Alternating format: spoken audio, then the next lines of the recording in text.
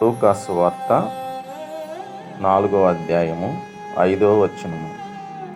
అప్పుడు అపవాది ఆయనను తీసుకొని పోయి భూలోక రాజ్యములన్నిటినీ ఒక్క నిమిషములో ఆయనకు చూపించి, ఈ అధికారమంతయు ఈ రాజ్యముల మహిమయు నీకిత్తును, అది నాకు అప్పగింపబడి ఉన్నది, అది నేను ఎవనికి ఇయ్యగోరుదునో వానికిత్తును అని సైతాను చెప్పింది. యేసయ్య ఏమన్నాడు? సైతానా, నా వెనుకకు పొమ్ము అని సైతాను గద్దించాడు. అయితే ఈ మనుషులమైన మనము ఈ లోక సంబంధమైన ధనము కోసము, ధనధాన్యాల కోసము ఆ చీకటిలోనే మనం ఉంటున్నాం.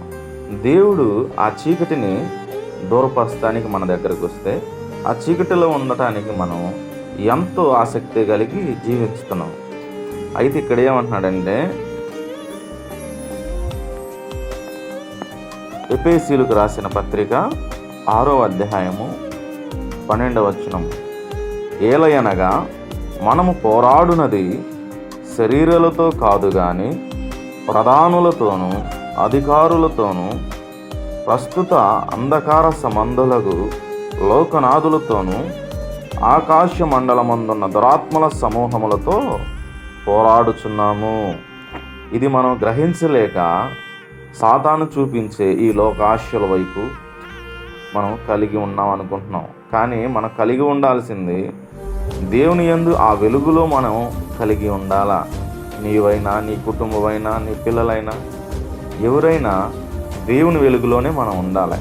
ఈ లోక సంబంధమైన ధనధాన్యాలు ఏమిటిగాక దేవునిచ్చే ఆత్మ ఫలము పొందుకొని దేవునిచ్చే ఆశీర్వాదం కొరకు మనం ఎదురు చూడాలా. ఆమేన్.